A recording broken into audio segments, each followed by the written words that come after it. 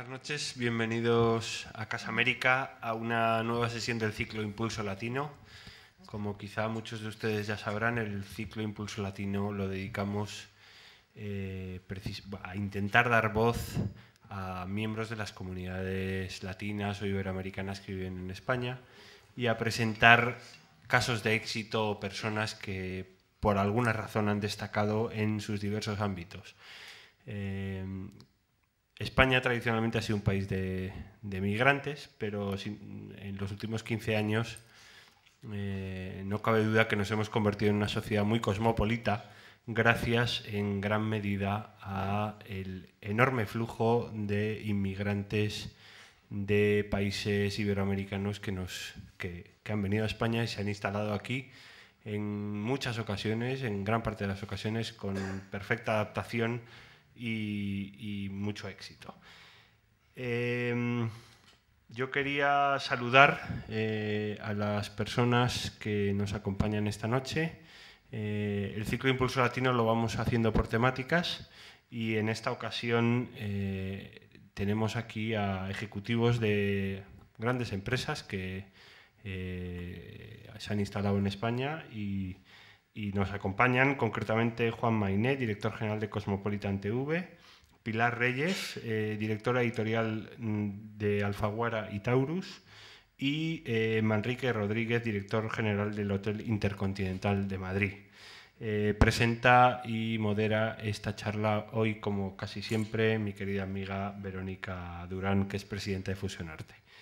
Les doy a todos la bienvenida a Casa de América, les dejo con Verónica y espero que disfruten y que nos sigan acompañando en otras ocasiones del ciclo Impulso Latino. Muchas gracias.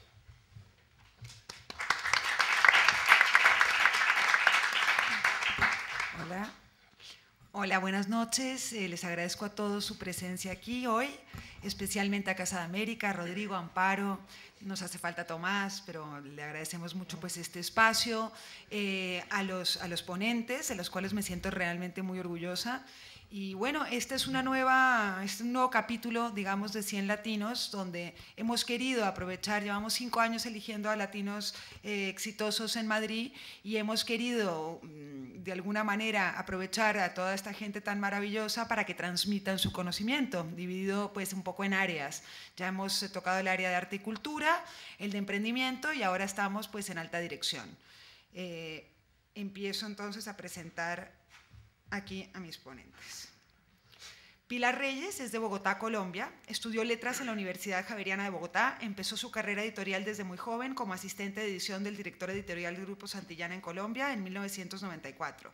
Desde 1997 hasta abril del 2009 estuvo al frente del área de edición general del Grupo Santillana en Colombia, donde se desempeñó primero como editora y luego como directora editorial de los sellos Aguilar, Punto de Lectura, Taurus, Alfaguara, Suma, Alfaguara Infantil y Juvenil, desarrollando un catálogo local de más de 300 títulos con un fuerte impacto en la vida cultural colombiana. En mayo de 2009 fue nombrada en la dirección editorial del sello Alfaguara en España y desde julio del presente año se desempeña además como directora editorial global de los sellos Alfaguara y Taurus.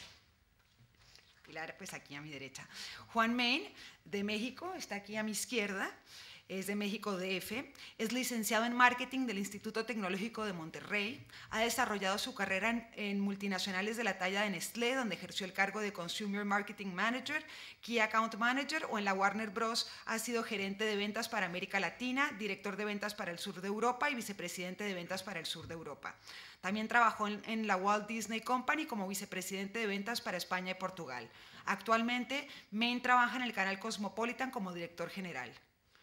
Y luego, finalmente, ahí a la izquierda al final, tenemos a Manrique Rodríguez, que es de San José de Costa Rica, es licenciado en Turismo y Administración de Turismo en el Centro Internacional de Glion, Suiza, lleva más de 23 años de experiencia trabajando en distintos tipos de hoteles alrededor del mundo, dentro del grupo principalmente Intercontinental Hoteles.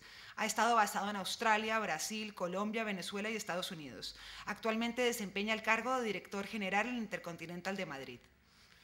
Yo quisiera empezar, y puede ser que responda primero Pilar, y bueno, y luego los demás, un poco contándonos cómo llegan a España y qué significa para ellos llegar a otro país, a otra cultura, sí, si se sienten inmigrantes o si el ser inmigrante es distinto al ser lo que llaman expats o expatriados. Entonces me gustaría un poco que empezáramos como por ahí, como por la historia personal y ese sentimiento, ¿no?, de la migración.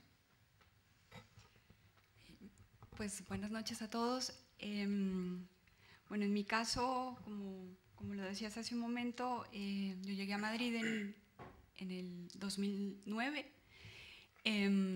Curiosamente, además, había una serie de simetrías en mi vida laboral que no dejaban de sorprenderme mucho, en el sentido de que yo empecé a trabajar en la editorial, estudié letras y empecé a trabajar en la editorial como una especie de becaria, digamos. Bueno, en realidad el primer trabajo en la editorial que tuve fue vendiendo libros en la Feria del Libro de Bogotá, porque la editorial prefería que fueran estudiantes de literatura quienes vendieran los libros en la feria a un, digamos, vendedor profesional.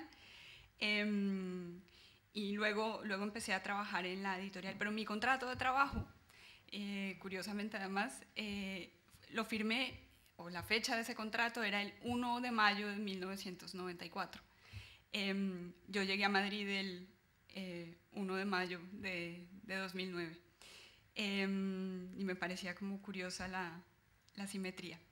En mi caso fue algo curioso. Yo fui haciendo un trabajo, digamos, en la editorial desde abajo.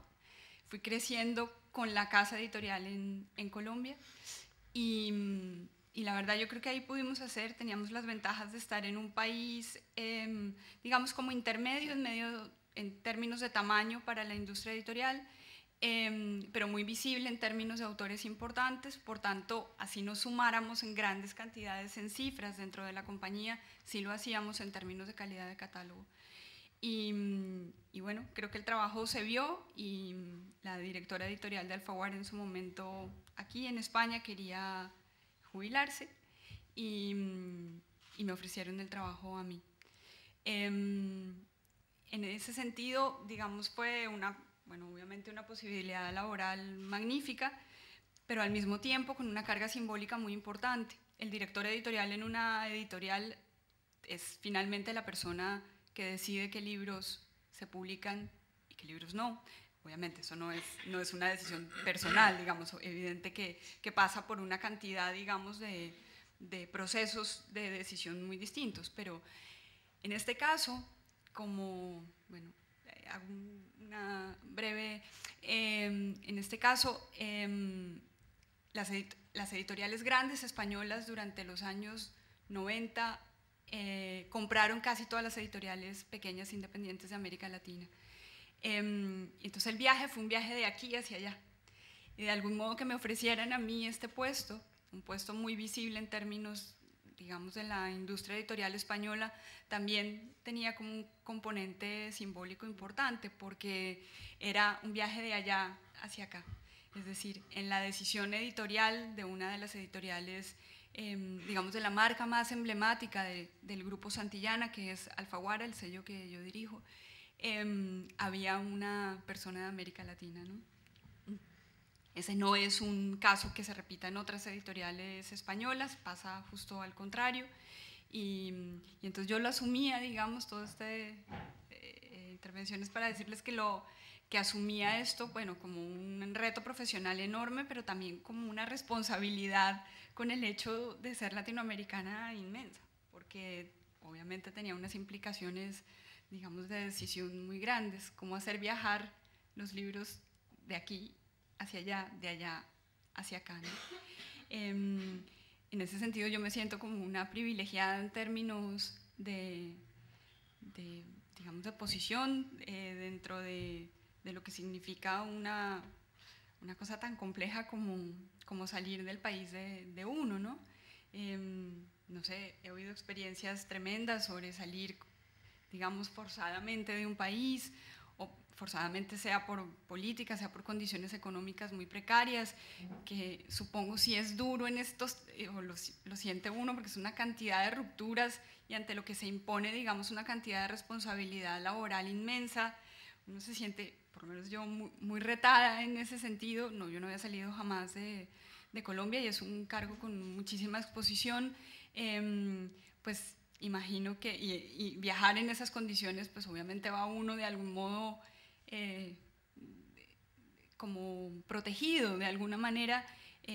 Pues para mí ha sido una experiencia muy enriquecedora, muy fuerte en lo laboral y en lo personal, y también muy, muy ilustrativa. Yo no me he sentido más latinoamericana que estando aquí. Es una experiencia curiosa, ¿no? Sí. Me encanta, gracias. Bueno, cuéntame, Juan. Bueno, yo llegué a España, no sé si más por casualidad que por otra cosa. Yo desde muy joven tenía muy claro que yo sí quería salir de México, para tener la experiencia de vivir en otro país. Mi plan inicial era salir a estudiar fuera, pero por diversos motivos no fue posible.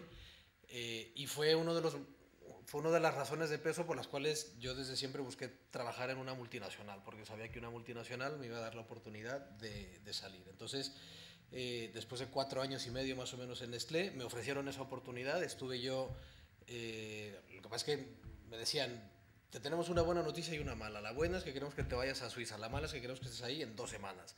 Yo acababa de ser padre por primera vez, era todo muy complicado y les dije, mejor me voy un mes, recibo el puesto, vuelvo y luego ya al final de esto fue en septiembre más o menos del 2001, y cuando ya en enero con más calma ya me llevo a la familia y tal. Voy allá, recibo el puesto que iba yo a ocupar a partir de enero del 2002, vuelvo a México y me llaman de Warner, ¿no? Que querían hablar conmigo y que bueno, no pierdo nada por ir a una entrevista. Bueno, una entrevista se convirtió en una oferta de trabajo. Y ahí tuve que tomar una decisión porque en Warner en ese momento era una oferta de trabajo, pero en México, con la posibilidad de luego salir de México. Entonces, estuve como un mes y medio tomando la decisión de ya irme con Nestlé a Suiza, que era lo que yo quería, o de apostar, cambiar completamente mi trayectoria profesional, porque Warner no tiene nada que ver una empresa con la otra. Y bueno, y al final lo que en ese momento yo lo llamé el glamour de Hollywood, que luego resultó ser más una ilusión que nada, pues fueron lo que me hizo tomar la decisión de renunciar a Nestlé y a la oportunidad que yo ya tenía en las manos y de apostar por Warner. Al cabo de 2 años y medio se toma la decisión de que la oficina que estaba basada en México, que era la oficina para América Latina, se cierra y se traslada a Miami. Y en ese momento a mí me dicen, Juan, ¿qué prefieres? ¿Irte a Miami con tu cargo actual y tus responsabilidades actuales, o acaban de haber movimientos en las oficinas europeas y existe la posibilidad de que te promovamos y te vayas a Madrid? Pues no o sea, ya estaba casi tomada la decisión por mí, pues de irme a Estados Unidos, que en ese momento no me apetecía mucho vivir en Estados Unidos, a mantener mi puesto y mi responsabilidad, a venir a Europa con mayores responsabilidades y tal, pues dije, pues me voy para allá, o para acá. Y yo llegué a España en marzo del 2004. No hay desafortunadamente ninguna simetría como la tuya. Y nada, yo llegué a España como expatriado más que como inmigrante, ¿no? O sea, también dentro de la protección que te ofrece una multinacional, con una serie de beneficios que se echan de menos cuando ya no se tienen, que es el caso ahora. Pero también con la ilusión es decir, era como uno de mis grandes objetivos vitales, lo estaba yo cumpliendo con el venir a vivir a España, ¿no? Que era pues la experiencia de vivir en otro país, de experimentar otra cultura, de conocer gente diferente.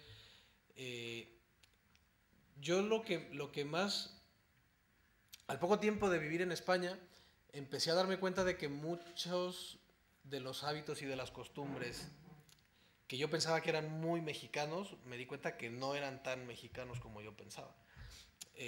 Y llegué a la conclusión, no sé, como casi todo. Es decir, no podría yo poner el dedo en algo muy específico, sino en general la manera de ser, la manera de afrontar la vida, la manera de relacionarse con las personas, la familia. Y dije, mientras más conozco España y a los españoles, más entiendo México y a los mexicanos, porque, es decir, quieras que no, llevamos menos tiempo siendo una nación independiente de lo que fuimos una colonia española. Entonces, 300 años de colonia, pues en 200 y pico de años que llevamos como país independiente, pues todavía faltan 100 años para que el balance sea equilibrado. Entonces, bueno, luego ya, después de 5 años en Warner, me ofrecieron una oportunidad en Disney, y luego vino la oportunidad en Cosmopolitan. Y me tocó ver la España de la burbuja, y me está tocando ver la España de la contraburbuja, ¿no? Entonces, yo probablemente los últimos 2 años profesionalmente han sido los más duros, sin ninguna duda, de mi carrera, pero también los más enriquecedores, porque gestionar la abundancia es muy fácil. Es decir, porque cuando hay y sobra, no hay mucho que gestionar, ¿no? Pero cuando deja de haber y empieza a faltar, ahí es cuando realmente tienes que empezar a hacer una labor de gestión y de tomar decisiones a veces muy dolorosas, como la de reducir plantilla, que es una decisión que tuvimos que tomar el año pasado. Y bueno, y esto lo estoy viviendo también porque, es decir, es una crisis mundial y tal, pero que en España se está cebando particularmente, y en la industria audiovisual española, que es en la que yo me estoy desenvolviendo más todavía, y la televisión de pago más todavía, pues entonces han sido 2 años muy duros, pero también muy enriquecedores a nivel profesional. O sea, yo seguramente en los últimos 2 años he aprendido más de lo que había yo aprendido en los 8 o 10 previos, ¿no? Entonces, en el afán de buscarle cosas positivas a un entorno negativo, yo por lo menos me quedo con eso, ¿no? De todo lo que he aprendido. Lo hablábamos antes de sentarnos aquí. A mí me llamó mucho la atención algo que yo contrastaba con mi experiencia en México, ¿no? Yo la palabra crisis la vengo escuchando desde que tengo 3 años, ¿no? Dice uno de mis socios en otro proyecto profesional que tenemos aquí en España, que la crisis la inventamos en México, ¿no? A lo mejor aquí podemos discutir si fueron los colombianos, los costarricenses, los mexicanos, o los venezolanos, o los argentinos, o quién. El caso es que llevamos, la llevamos inherente, ¿no? O sea, no es como que, uy, la crisis, ¿no? Bueno, otra, ¿no? Y otra. Y a mí me llamó mucho la atención que aquí en España, de repente, la prensa y los medios de comunicación en general se obsesionaron o parecía que estaban obsesionados con a ver quién contaba la peor noticia, ¿no? Y El Mundo, un titular horrible, ¿no? Y al día siguiente El País, uno peor todavía, y 2 días después La Razón, más malo todavía, ¿no? Y yo creo que eso al final se contagia, es decir, porque la gente lee la prensa, la gente está al tanto de lo que pasa. Y yo lo comparaba con cómo era mi experiencia de la crisis, por ejemplo, en el 94, una de las peores crisis que se recuerdan en América Latina. Y en México, pues seguían las telenovelas, es decir, yo no sé si es bueno o es malo, simplemente digo que es diferente, no estoy haciendo juicios de valor. Pero como que ya la gente pues sí, pues una crisis más, pues hay que seguir trabajando, hay que seguir disfrutando, y ya me fui completamente del tema, como me suele pasar.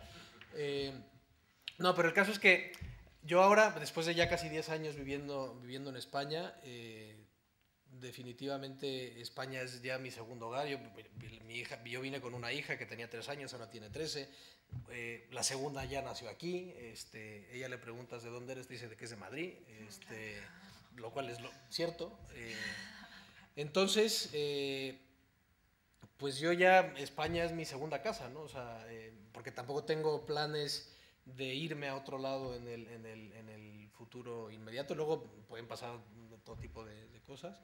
Y ya le voy a ceder la palabra a Manrique, porque si no, yo me enrollo y... Bueno, buenas noches. Es curioso, pero realmente a pesar de que tenemos historias muy diferentes profesionalmente o de cómo llegamos, sí hay muchas similitudes en muchas de los puntos de vista y las vivencias. En mi caso, yo salí de Costa Rica hace 28 años. Estando en mi país, pues estudié arquitectura, 2 años y medio de arquitectura, y de repente me di cuenta un día que la arquitectura no era para mí y que no me veía yo toda mi vida enfrente de una mesa diseñando. Y entonces decidí, después de trabajar un verano en un hotel, que la hotelería era mi futuro. Cuando uno tiene... Mi padre murió cuando yo era muy joven, entonces mi madre fue la que nos sacó adelante a 3 hijos. Y cuando vas y le dices a una madre, después de 2 años y medio de estar pagando una universidad privada de arquitectura, que decidiste que eso no es lo tuyo, que quieres estudiar hotelería, y además que quería estudiar hotelería en el extranjero, pues mi mamá, me imagino que se puso muy nerviosa, pero como todas las madres, muy sabia y muy santa, me dijo, usted hace lo que quiera, pero aquí me vuelve con un título universitario.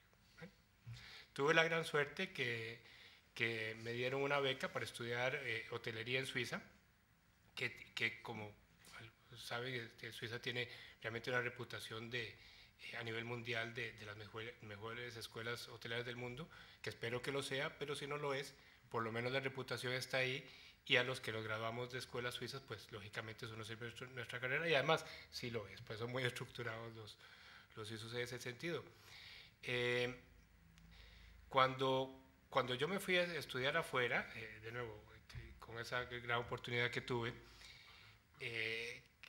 la idea mía era regresar a Costa Rica, y faltando 3, 4 meses para terminar la carrera, tuve la suerte que la Intercontinental me contrató, aún como estudiante, para trabajar con ellos. Las grandes corporaciones hoteleras van a esas escuelas hoteleras en Suiza a contratar estudiantes de último semestre para distribuirlos en diferentes lugares del mundo, y lógicamente yo, al ser latino y español como mi lengua materna, pues me ofrecieron un programa de Management Trainee en el Intercontinental de Caracas, en Venezuela. Mi madre estaba esperando que yo volviera a Costa Rica y que empezara a trabajar allá, y sin embargo llegué con la noticia de que me habían ofrecido un trabajo en Venezuela y que me iba para allá. Empecé a trabajar en Venezuela, luego trabajé en Colombia, en Cali, Colombia, estuve un tiempo en Monterrey, en México, luego me pasaron de Venezuela de nuevo, y de Venezuela me pasaron al Intercontinental en Miami, en los Estados Unidos, siendo que la primera gerencia general me la dieron en el hotel de Austin, en Texas, en el Intercontinental de Austin, en Texas. Eso fue en el año 2000, y luego me transfirieron a Brasil, a Sao Paulo, Río de Janeiro, y yo tenía una vida muy tranquila, ¿no? Yo, siendo latino, pues estaba muy bien. Estar en Miami, en Texas, es como estar en la América Latina, y estando en Brasil, pues también. Es la América Latina, aunque se hable portugués, pero sigue siendo nuestro. Sin embargo, yo, después de unos años, ya con un par de direcciones generales, me puse a pensar que es bueno uno tener la libertad de escoger hacia dónde quieres ir. Y entonces me dije, bueno, para yo hacer eso tengo que realmente diversificar mi mundo profesional y ampliar mi mundo profesional, y tal vez hacer algunos sacrificios. Me devuelvo un poquito para lo que tú decías sobre los latinos. Cuando a mí me dieron la dirección general en Austin, en Texas, yo era el único latinoamericano director general del Intercontinental en esa región. Y era una responsabilidad muy grande, porque estaba representando no solo a mi país, sino a mi región, y ahí te das cuenta del gran valor que tenemos los latinos, ¿no? Nuestra capacidad de solucionar cosas, de innovar, de cambiar, nuestro don de gente, y que nos gustan las personas, y eso a mí me ha ayudado mucho en mi carrera, a diferencia tal vez de otros perfiles profesionales. Y el haber vivido crisis Venezuela, en México, en Colombia, pues eso te forma también para afrontar ciertas circunstancias que otras nacionalidades tal vez no las hayan tenido, no sé si para bien o para mal, pero fue una experiencia muy grande. Y entonces vuelvo a mi experiencia en Brasil. Ahí me di cuenta que yo realmente quería escoger lo que yo quería hacer con mi vida profesional. Y me dije, si yo me quedo en la América Latina, probablemente el día que yo levante la mano porque quiero irme a Shanghái o a Madrid, no me lo van a dar porque no tengo la experiencia suficiente. Y ahí realmente me metí en el barco y pedí la Dirección General del Intercontinental de Melbourne, en Australia. Era una apertura, era un reto bastante interesante y muy bonito. Y claro, con la experiencia que yo tenía de la marca y además con conocer gente aquí y allá, me dieron esa dirección general. Entonces estuve en Australia, hice la apertura del hotel y eso me dio la gran oportunidad no solo de haber conocido varias culturas, sino también de poder un poquito escoger hacia dónde yo iba. Después de 20 años de carrera con Intercontinental y de 4 direcciones generales, decidí, y eso pues, espero que mi mujer lo aplauda, pero decidí que finalmente era el momento de pensar más en la familia y no tal vez era un poquito egoísta de pensar en mí, de venir profesional. Yo tengo esposa venezolana, hija nacida en Venezuela de pasaporte alemán, hijo brasileño y yo costarricense, así que era una mezcla bastante, o es una mezcla bastante interesante. Y entonces ahí decidí que, bueno, yo realmente quería continuar con mi carrera, pero tratar de escoger un poquitico.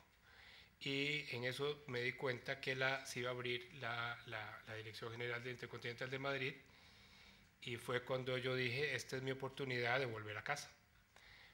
Y así fue como apliqué para esta posición y me la dieron. Estoy aquí hace un poquito más de 3 años y realmente España es para mí sentirse en casa, y de nuevo pude escoger el venir acá y tuve la gran suerte que me lo dieron porque espero que haya hecho un buen trabajo antes y aquí estoy. Sobre las costumbres, es curioso lo que tú estabas diciendo, Juan, y yo estoy de acuerdo. Yo aquí me di cuenta cuando llegué a España, después de prácticamente 15 años de no haber trabajado o nunca haber trabajado como gerente general en un país de mi cultura y que se hable mi idioma. Y llegando aquí me di cuenta que las costumbres de aquí son las costumbres de Costa Rica. Entonces, bien que mal me hizo volver a mi niñez y ver que desde las 12 uvas en la Navidad hasta las tertulias después de la comida, eso era lo que era mi casa, mis abuelos vascos. Entonces, era un poquito volver a eso, y en eso estoy realmente muy contento y muy satisfecho de estar aquí en España. De nuevo, es sentirse en casa, y también es probarse uno mismo que a nivel de carrera uno es fijarse las metas, y sobre todo las personas jóvenes, ya los que tenemos algunos años, y pues ya sabemos y ya hemos vivido bastante, pero para las personas jóvenes es importante que realmente el futuro te lo marcas tú. Es ponerse goles en la vida, es ponerse metas. Yo no tenía recursos para irme a Suiza a estudiar, se me metió entre ceja y ceja que quería, luché por una beca, pues gracias a Dios la conseguí. Llegué allá, no hablaba ni papa de francés, hablaba muy poco francés, un curso de 3 meses en la Alianza Francesa en Costa Rica, me llegó allá a estudiar, tuve que llegar allá a estudiar en francés. Suiza es fuerte, las universidades allá no son fáciles. Bueno, yo los primeros 6 meses de mi carrera me iba a las 8 de la tarde con un termo de café y no me levantaba de mi mesa de estudio hasta las 4 o 5 de la mañana, dormí un par de horas y para clases. Y lógicamente al principio muy difícil, todo era prácticamente memoria, me tenía que aprender, y después eso me hizo que adquiriera una capacidad de estudios fuerte, de manera que ya en el segundo año pues ya yo me podía ir a tomar mis cervecitas de vez en cuando porque ya había aprendido a estudiar. Pero lo que le quiero comentar es que realmente las metas se las pone uno, y si uno se propone, uno llega. El trabajo es igual. Yo a los jovencitos que llegan al hotel, eso es lo que les digo, que realmente vean vean ese espejo en aquellos que son buenos profesionales, trabajadores, y realmente dejen un poquito al lado a aquellos que no lo son tanto, porque si quieren salir adelante y quieren llegar a ser lo que quieren ser en su vida, pues es a nivel de ese esfuerzo y creer en ti mismo. A nivel de España, en cuanto a experiencia, pues una experiencia enorme, y vuelvo a tu comentario, te estoy robando muchos comentarios, disculpa, pero en lo que es la crisis, España me ha dado a mí la oportunidad de aprender a trabajar y crear mucho basado en la crisis en la que estamos viviendo. Me ha tocado otras crisis. Bueno, en los Estados Unidos me tocó el atentado de las Torres Gemelas, y bueno, eso fue un bombazo cuando estaba en Texas, que teníamos una ocupación del 90% y de un día para el otro cayó del 90 al 20%, y ahí a ver qué haces. Pero la gran diferencia fue que en 6 meses se recuperó. Entonces, bien que mal, fue una cosa momentánea. Aquí pues llevamos 4 años de crisis, yo tengo la suerte de tener ya 3 años, o sea, 2-3 años últimos de crisis. Sin embargo, he aprendido muchísimo, hemos trabajado muchísimo, he vivido y he pasado esa transición que hemos hecho en el hotel, de la flexibilidad.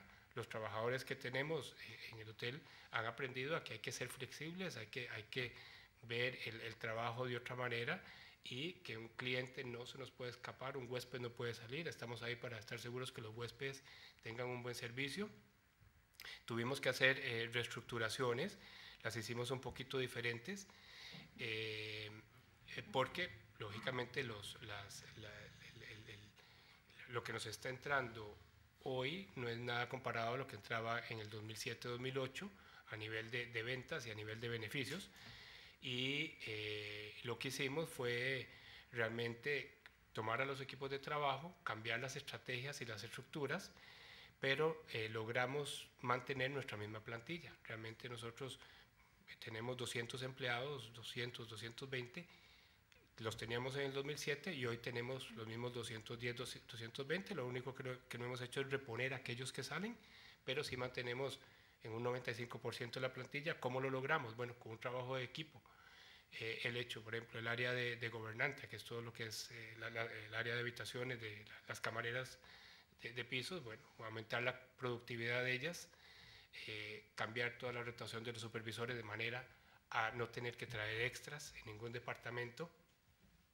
En el área de servicio técnico hicimos lo mismo también, y en el área de la recepción también lo hicimos. Y el planteamiento que yo les hice, y eso también es mi modo de gerenciar. Cada quien tiene sistemas diferentes y lo respeto porque cada quien pues va hacia a lo que le parece. Mi modo es muy abierto, muy transparente, y sobre todo de mucho respeto para mi gente.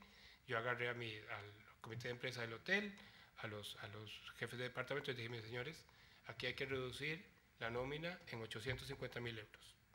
Tenemos dos maneras de hacerlas. Una, despedimos 50 trabajadores, o reestructuramos la manera de trabajar y todos juntos podemos lograrlos. Lógicamente en España nadie quiere perder su trabajo hoy. Hubo un apoyo unánime a trabajar para lograr esa eficiencia a través de cambios en las estructuras de trabajo, cambios en los sistemas de trabajo, y lógicamente dándoles mejores herramientas de trabajo, y no tener que despedir colaboradores del hotel. Y eso hizo que lográramos pasar ese tiempo duro de del 2012 más que todo, y sobrevivir y mantener una estructura que hoy es una estructura bastante limpia, bastante eficiente, y lo hicimos lógicamente con la finalidad de no afectar la calidad del hotel. ¿Qué pasó con eso también a nivel, y eso es a nivel de España? Bueno, nos hizo más competitivos. Hace 2-3 años nosotros a nivel de hotel, a nivel de costes, nos era muy difícil competir con otros países, inclusive Italia, Francia o Portugal, que es también ni hablar con lo que es Alemania o el norte de Europa, o los países nórdicos. Y hoy por hoy también nos hace ser más competitivos, hay una mayor productividad, y eso ha sido un aprendizaje para mí. Y esa es la parte que yo le veo muy positiva a la crisis, que por lo menos a mí me ayudó a crecer profesionalmente y a darme cuenta de que no hay límite en la innovación, en la creatividad y en la manera de trabajar, siempre y cuando tengas la inteligencia de saber que todos los que trabajan contigo también son inteligentes, también son padres y madres de familia, que necesitan un trabajo y que si se les llega por el buen camino, pues se montan en el barco y son parte de tu equipo. Gracias. Pilar, yo me pregunto, ¿es de una especie especial el trabajador de una gran empresa, de una multinacional? ¿Tiene unas características que se pueden definir? Me imagino que algunos tienen esa piquiña de moverse y los que llamamos las grandes multinacionales pues van moviéndose muchísimo. ¿Esto hace parte de una característica de un trabajador, estar en este estilo digamos, de puestos de trabajo? Y si lo hay, ¿cuál es el perfil de las personas que se mueven en este mundo de la alta dirección y de las grandes empresas? Digamos que no soy la persona para contestarte a esa pregunta porque vivo como ese fenómeno de lo que es pertenecer a una gran corporación o desde un lado un poco, digamos, creo que un poco distinto, que es la industria editorial, en el sentido de que la naturaleza con la que trabajamos, digamos, hace que esa sensación de gran corporación no la tengas. ¿Cómo podría explicar esto? Yo trabajo en la división de lo que nosotros llamamos interés general. Digamos que la editorial está dividida en dos grandes apartados. Uno es toda el ala de educación. La editorial en la que trabajo pertenece al grupo Santillana.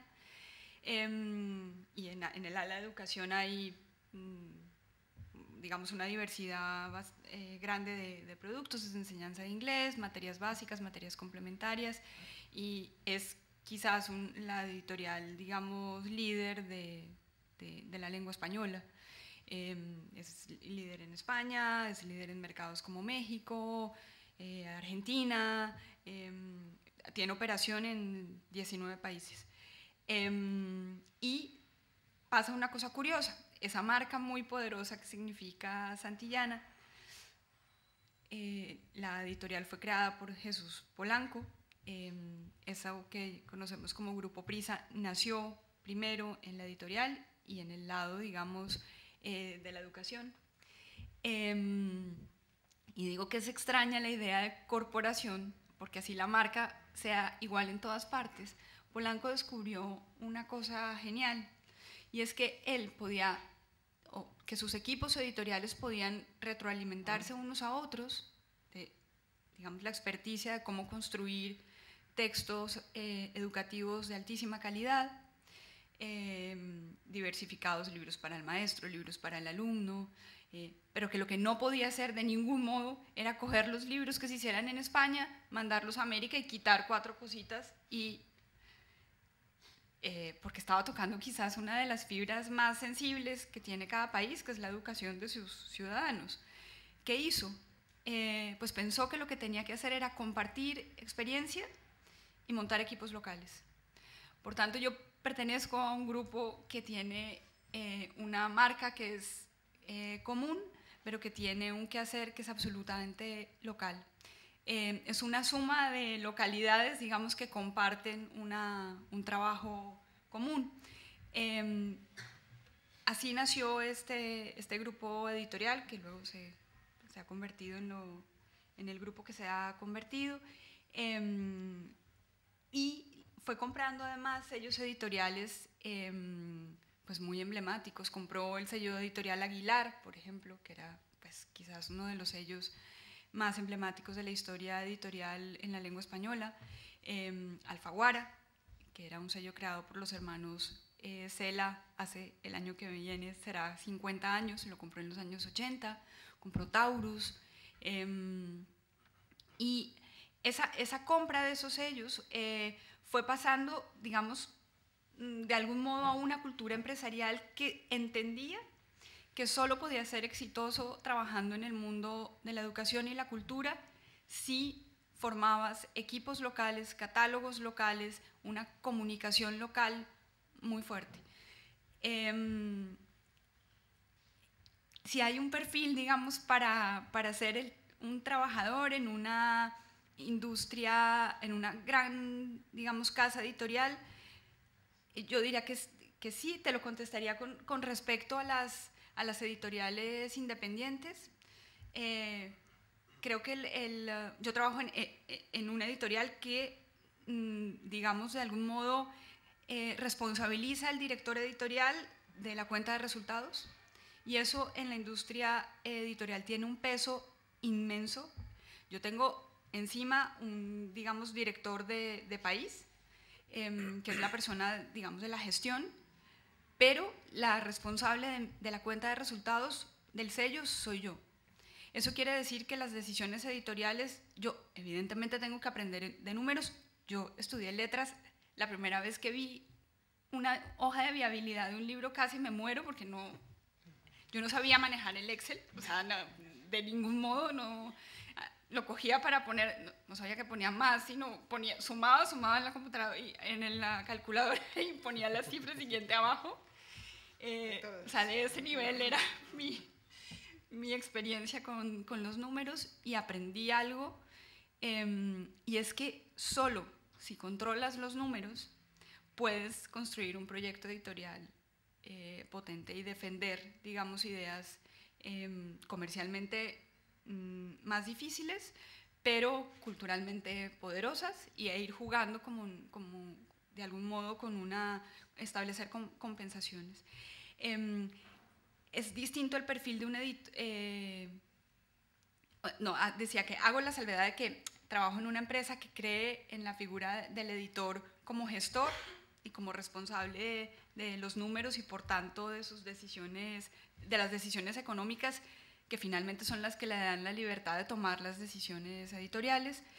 Pero lo que sí está clarísimo es que yo no puedo construir el catálogo de la editorial como un proyecto personal. No puedo mezclar, digamos, de algún modo los libros que a mí me gustan o los libros que harían parte de mi biblioteca personal con el sello. Eso es complejo. Quien además ha trabajado en una editorial suya, sí que puede construir un proyecto mucho más personal, con los libros que le gustan, con la estética que le gusta. De algún modo, además, son proyectos editoriales mucho más, no diría coherentes, porque creo que para una editorial grande también lo son. Tú puedes defender coherencia en muchos sentidos, pero digamos que de algún modo son decisiones más personales. Una persona que quiera ser editor en una editorial grande tiene que entender que, digamos, que sus decisiones tienen que ser eclécticas, y que tiene que responder de algún modo es al interés de los accionistas, por un lado, en el sentido de dar unos resultados, y de los lectores, por otro, en el sentido que un catálogo de literatura tiene un prisma de lectores muy amplio. Y en ese sentido que uno tiene que dar cuenta, pienso, o intentar de algún modo componer una oferta editorial que pueda de algún modo llegar a una amplia gama de lectores, desde un libro que pueda tener 1000 lectores y sea una maravilla de pieza, y que uno sabe que literariamente es muy poderosa y que requiere lectores muy entrenados, hasta algo que pueda ir a lectores, digamos, eventuales de literatura. Y yo creo que todo eso tiene que convivir en un catálogo literario que intente dar cuenta de la literatura que se hace hoy. Eso es difícil de aprender, porque creo que la sensación primera cuando empiezas a construir o tener la responsabilidad de decidir sobre los contenidos es intentar hacerlo lo más cercano posible a tu gusto. Y en ese sentido sí creo que hay que distanciar las dos cosas, lo que no quiere decir en ningún sentido que uno evada el problema de la calidad, pero es empezar a cómo ponerte en zapatos, ¿no?, de muy distintas personas. Creo que esa es como la distancia mayor, y trabajar, digamos, contenidos culturales y una fibra tan sensible como puede ser la literatura, que además es, no sé cómo sea, digamos, trabajar contenidos audiovisuales, pero ¿qué pasa con la literatura? Uno no puede, de algún modo, es venderle a la gente algo que no sabe que quiere. O sea, yo le pregunto a un lector, ¿y usted qué quisiera? No, quiero un libro que me conmueva. Alguien puede decir, no, me gusta la novela negra, una historia de amor, pero eso es inmenso. ¿Cómo hace uno para con eso? Uno no puede producir libros de literatura de algún modo para responder a expectativas, es hacer justo el trabajo contrario. Que un autor produzca un libro y que uno piense que lo que uno puede hacer como editor es darle a ese libro físicamente, digamos, la cara que llegue a los lectores que uno supone que pueden llegar a interesarse por ese libro y generar ese puente, de algún modo hacerle sentir a la gente que eventualmente puede leer ese libro que lo quiere, ¿no? Ese trabajo, digamos, de traducción de contenidos, cuando uno tiene que hacer esa distancia de algún modo entre lo que le gusta personalmente y lo que cree que puede gustarle a un público, pues es complejo de aprender, ¿no? Y de tener un poco la sensibilidad de qué es un libro que puede interesar en un mercado y dejar que sea el público quien decida de algún modo y no uno, porque no todos los libros pueden circular en todas partes, ¿no? Pero sí cómo hallar esa selección de contenido que uno hace que sea la pertinente, la adecuada, la que seduzca, digamos, más. Creo que no sé, creo que es una conversación que hemos tenido editores, digamos, de siempre, además, esto en el terreno cultural se lleva como a una polarización entre yo hago parte de las editoriales independientes contra los grandes grupos. Esa es como la división así muy feroz, ¿no? Cuando finalmente el problema para todos es el mismo. ¿Cómo hago para que este libro que yo publico llegue a los posibles lectores que tenga, ¿no? Finalmente la naturaleza del oficio es igual para los grandes, para los pequeños. Sus problemas son distintos en dimensión, pero no en naturaleza, por decirlo de algún modo. No sé si te contesté. Sí, claro que sí, me encanta, me gustó mucho. ¿Tú qué opinas? ¿Son de una Yo creo raza, por llamarlo así, especial? A ver, yo creo que dentro de lo que acaba de decir Pilar está la esencia de lo que yo pienso, ¿no? Y sobre todo porque lo he visto en organizaciones que son muy diferentes entre sí, como puede ser Nestlé de Warner y de Warner a Disney, es decir, aunque sean dos empresas que participan en la misma industria, son radicalmente distintas en muchos sentidos. He formado parte de equipos polivalentes, de muchas nacionalidades, de muchas culturas, y el común denominador para mí está en la actitud. Es decir, para mí alguien que tenga una buena actitud de aprender, es decir, yo cuando llegué a Cosmopolitan Televisión había un montón de cosas que yo no sabía, y una de las primeras reuniones que tuve con el equipo directivo del canal fue que sepan que hay muchas cosas que no tengo ni idea. Y ya está, es decir, no pasa nada, nadie se va a morir y hay que ser humilde y saberlo reconocer, porque para eso son los equipos, porque lo que no sabe uno lo sabe el otro y lo que no sabe el otro lo sabe el otro, pero para eso hay que tener una buena disposición a colaborar, entonces, y a estar dispuestos a seguir aprendiendo. O sea, yo creo que, y para mí yo lo resumo en una palabra que es la actitud, porque la aptitud, hombre, pues todo se aprende, es decir, la televisión y lo audiovisual no es física cuántica ni biología molecular, que a lo mejor eso sí hay que estudiar un poquito más para dominarlo, pero en el mundo de los negocios en general, yo personalmente considero que para mí lo más importante es la actitud, es buena disposición de aprender, de trabajar en equipo, de arremangarse. Y una de las cosas, por ejemplo, que a mí me chocó mucho al llegar a España, que no me tocó vivirlo en México, fue algo que yo no escuché hasta que no llegué a España, fue, no, es que eso no es mi trabajo, eso no me toca a mí. Y en México, pues si no te toca, pues si no te tocaba antes, ya te tocó, mano. ¿No? O sea, a mí, o sea, yo cuando empecé en Nestlé, yo empecé como en la parte de ventas, y en la parte clientes corporativos del sector de Horeca en la parte de mayoreo, ¿no? Entonces a mí me tocaba ir al equivalente de Mercamadrid y a los lugares en donde están las grandes centros de distribución y tal. Y un día me acuerdo que para cerrar una venta negocié una promoción en la cual le tenía que llevar 20 cajas de lechera, de leche condensada. Cada caja pesa 20 kilos más o menos. Y llegué donde estaba la bodega con la dueña y le digo, ya traigo aquí las 20 cajas. Ah, me dice, muy bien. Y entonces yo me quedé esperando como, bueno, ¿y no las van a descargar? Me dice, no, porque ahora los muchachos están descargando 3 trailers, tienen que descargar. Bueno, pues ¿dónde las pongo? Pues allá arriba. Y allá arriba era una bodega sui generis, un poco parecía una pintura de Escher, ¿no? Con escaleras de palo, de tal, de no sé qué. Y pues ni modo, o sea, en ningún momento cuando me contrataron me dijeron, tú vas a tener que agarrar 20 cajas de 20 kilos cada una, 4 pisos, pero pues era lo que había que hacer en ese momento. Entonces me quité la corbata, me quité la chaqueta, me arremangué la camisa y estuve desde las 10 de la mañana hasta las 5 de la tarde cargando cajas.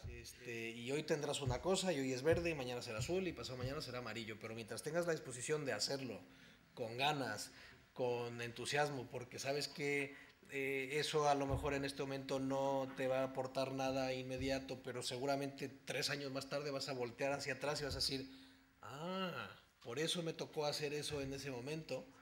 Entonces, yo no creo que, y bueno, también un poco, ahora yo te voy a robar a ti parte de tu comentario anterior, yo creo que es importante tener más o menos claro lo que uno quiere. Y digo más o menos porque yo creo que son muy pocos los privilegiados que lo tienen clarísimo desde muy jóvenes, ¿no? Yo personalmente, si hubiera sabido todas las cosas que sé ahora hace 20 años, seguramente ni estaría sentado aquí, ni estaría yo trabajando en Cosmopolitan, pero eso es otra historia. Pero más o menos yo sí sabía lo que... O sea, por ejemplo, yo sí estoy aquí porque una de las cosas que más pronto tuve claro era que yo quería salir de México. Entonces, persiguiendo ese objetivo, pues se dieron una serie de circunstancias en mi vida profesional que me han traído hasta donde estoy ahora, ¿no? Entonces, yo creo que el tenerlo más o menos claro y el estar dispuesto a colaborar, a aprender, a hacer de todo aunque no te toque, porque si te toca, te toca. Es decir, yo creo que no tiene absolutamente nada de malo de repente asumir responsabilidades que no sean expresamente tuyas en ese momento, porque llegará el día en que necesites tú pedirle a alguien que asuma responsabilidades que sí son tuyas, pero que por A, B o C no podrás atender en ese momento. Entonces, para mí eso es lo más importante. O sea, y yo creo que en términos generales, a mí por lo menos me ha servido mucho a la hora de convencer a la gente que me ha contratado de que valgo para lo que querían contratarme. Porque yo muchos de los trabajos a los que he llegado, llegué sabiendo algunas cosas, pero llegué ignorando muchas otras. Es decir, yo creo que todos los trabajos que he tenido, de lo que llegué sabiendo a lo que terminé sabiendo cuando me fui, pues a lo mejor llegué sabiendo el 20% y luego aprendí el 80% restante.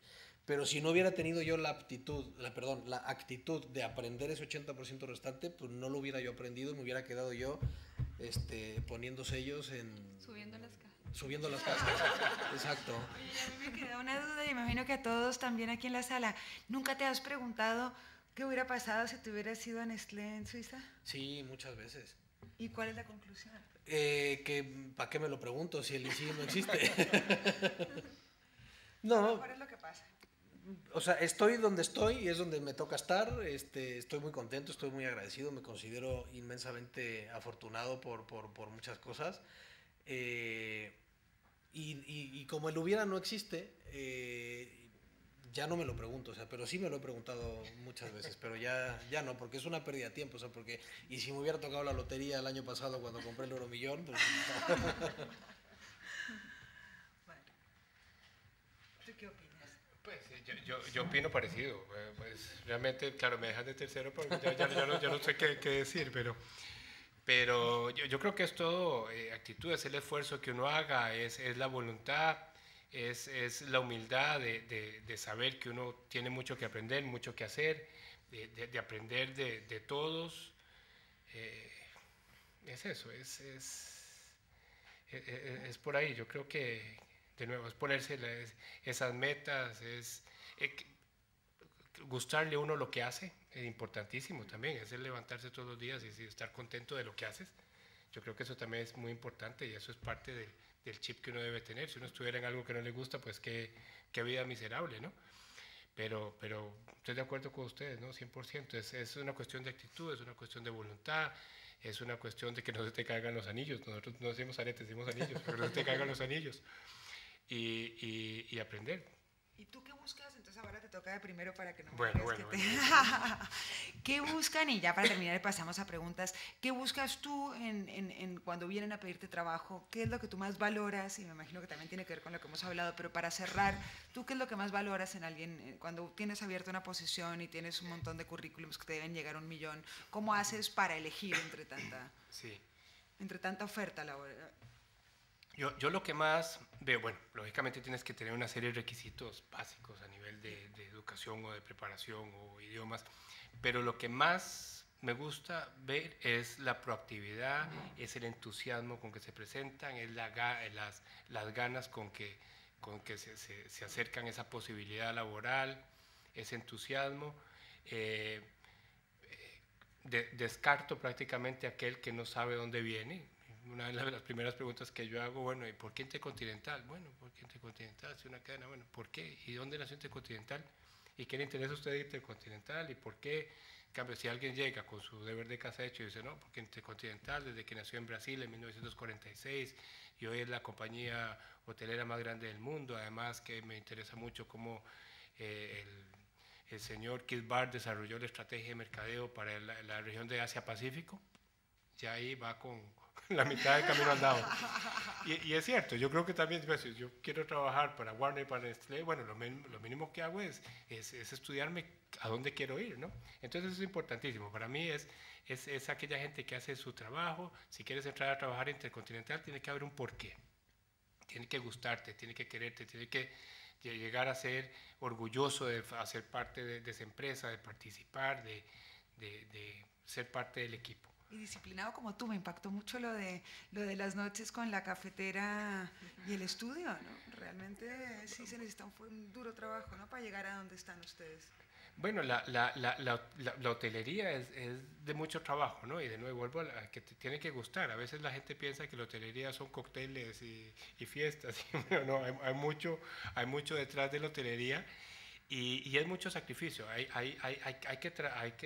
Te tiene que gustar el trabajo y tienes que estar dispuesto a sábados, domingos, noches, trabajar con cariño, porque no hay nada peor que llegue un huésped a tu hotel y lo reciban con una mala cara o sin sonrisa. Al contrario, lo que más quiere un huésped es que cuando llegue te reciban bien y con una sonrisa de oreja a oreja. ¿Algo, Juan, para cerrar? Yo estoy de acuerdo, es decir, hay que voy a ilustrarlo con una anécdota que no tiene nada que ver con Cosmo, pero tiene todo que ver con lo que estamos hablando.